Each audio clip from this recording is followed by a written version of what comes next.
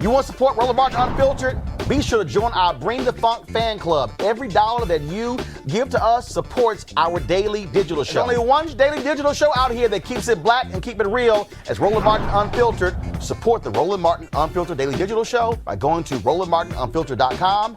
You can make this possible. Now, today, of course, Congress, they passed the $2 trillion coronavirus stimulus bill. It passed today on a voice vote. One Kentucky representative who basically forced everybody to come back to D.C. because he wanted a roll call vote still wasn't needed. Members of the CBC, of course, made their case for it as well, including one of the folks is Congresswoman Barbara Lee. She joins us right now. Congresswoman Barbara Lee, how you doing? Well, sheltering in place, but hoping that everyone is healthy and following the health directives of CDC and your health officials. And, of course, I'm very upset and disappointed with what the White House is saying. So we're doing everything we can do to try to make sure that this pandemic is brought under control and that we provide what is necessary for healthcare workers, for people who've been left off, for the poor, the most vulnerable. And, we just have to circle the wagons around Donald Trump. Speaking of that, of course, House members had to come back today because you had this idiot out of Kentucky who wanted to force folks to actually do a roll call vote. Here was Congressman Anthony Brown, who was in the speaker's chair when the bill actually passed today.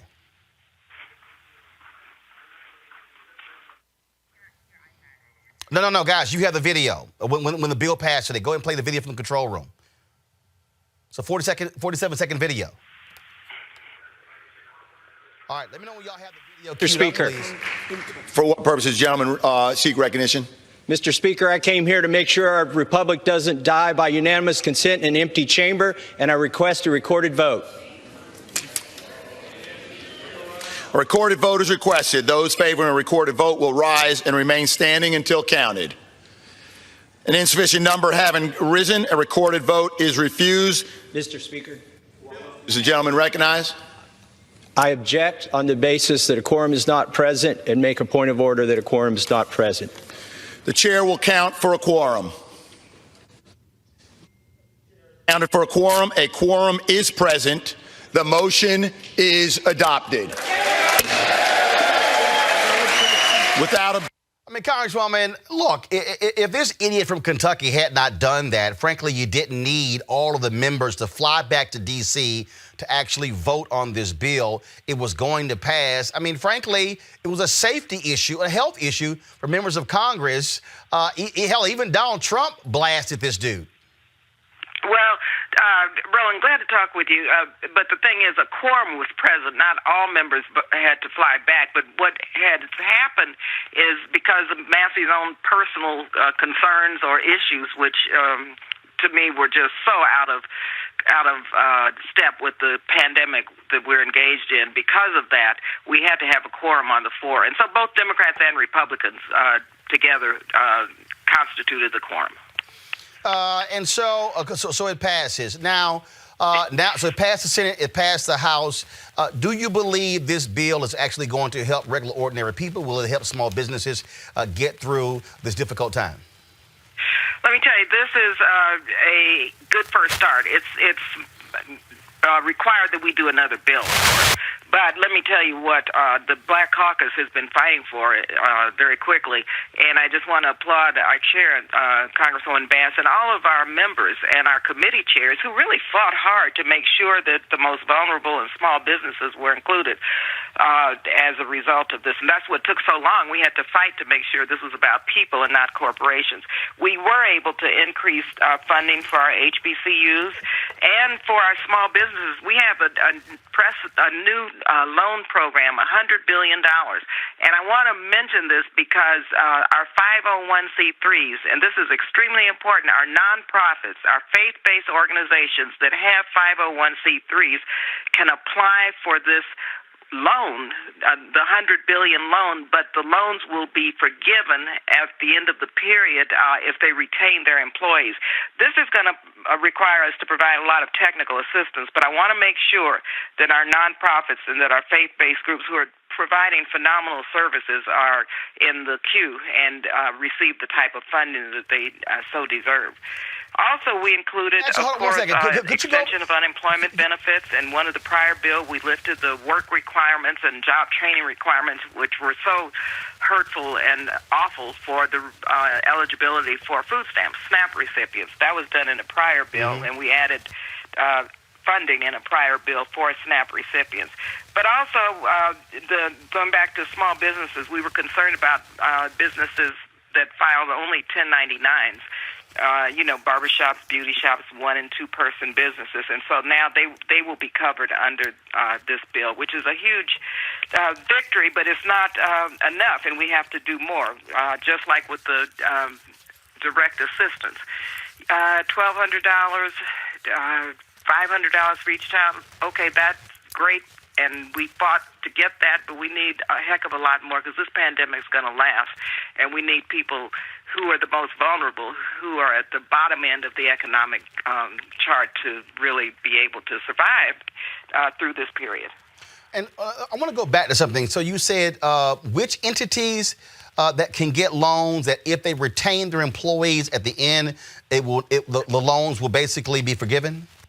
Sure. This is really a little complex, but I'm trying to sort of break it down, and we're going to be sending out notices how to do it. But the SBA, Small Business Administration, provides disaster assistance loans.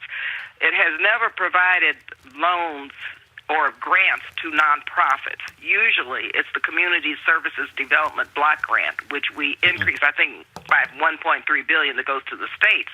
But in this instance, nonprofits will be able to apply to SBA, the Small Business Administration, for, in essence, funding to cover their services, but the loans will be forgiven for nonprofits and for small business also if, in fact, they keep the personnel on payroll at the end of a certain amount of time.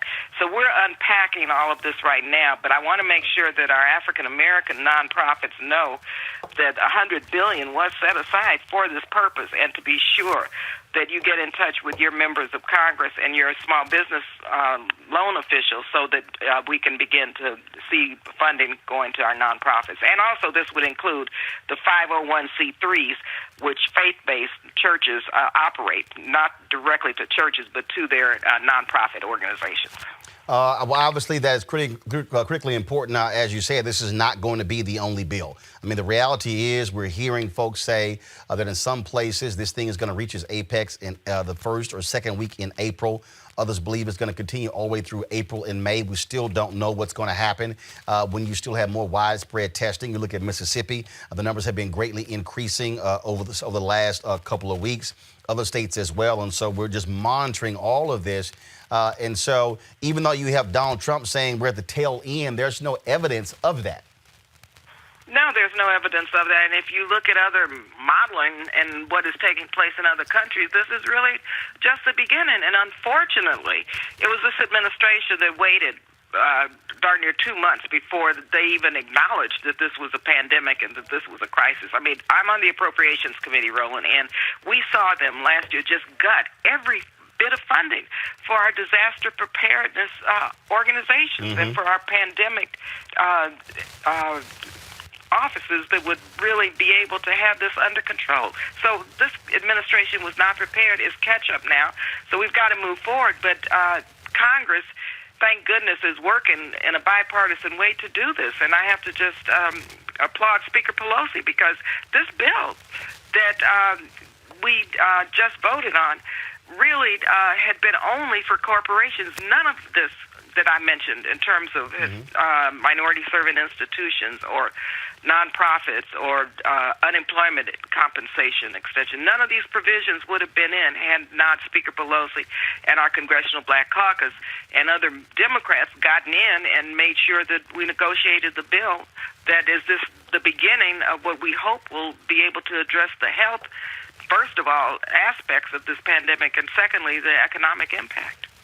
Last question for you. In terms of, you mentioned people should get in contact with their member of Congress. And so for those small businesses, nonprofits, and faith-based institutions, in terms of the process, is there going to be a single place where people go to get the information, to understand the deadlines, who can apply, who can't apply? Yes, and we're still, again, it was just signed into law today, and so we're trying to unpack that also. But I believe if you go straight to the SBA's website or call your member of Congress, I know for my constituents, for example, I'm doing a teletown meeting tonight, and we're going to have someone on from the Small Business Administration to try to talk about the process moving forward. But let me remind you, this is a new program. And it's something that I think I said 100 billion. It's 100 million, excuse me. And it's something that we've never done before. So it's going to take a while, but hopefully the bureaucracy in this will have been not that we haven't put up so much bureaucracy that it would be a hassle for our organizations to apply for. So in my own district, we're monitoring this. We're staying on top of it. And I know for a fact all CBC members are on top of it. So I would really encourage you to stay in touch with your members because they are doing a phenomenal job fighting for our communities and for what could have been left out of these bills. Appreciate it. Thanks a lot. Okay, nice talking with you. Likewise. Thank you very much. Roland. Appreciate Bye-bye. it. Do the same. All right, folks, back to our Roland Martin Unfiltered video in just one moment. All right, so a lot of y'all are always asking me about some of the pocket squares that I wear. Now, Robert don't have one on. Nope. Now, I don't particularly like the white pocket squares. I don't like even the silk ones. And so I was reading GQ magazine a number of years ago, and I saw this guy who had this pocket square here, and it looks like a flower. This is called a shibori pocket square. This is how the Japanese manipulate the fabric to create this sort of flower effect. So I'm going to take it out and then place it in my hand so you see what it looks like. And I said, man, this is pretty cool. And so I tracked down, it took me a year to find a company that did it.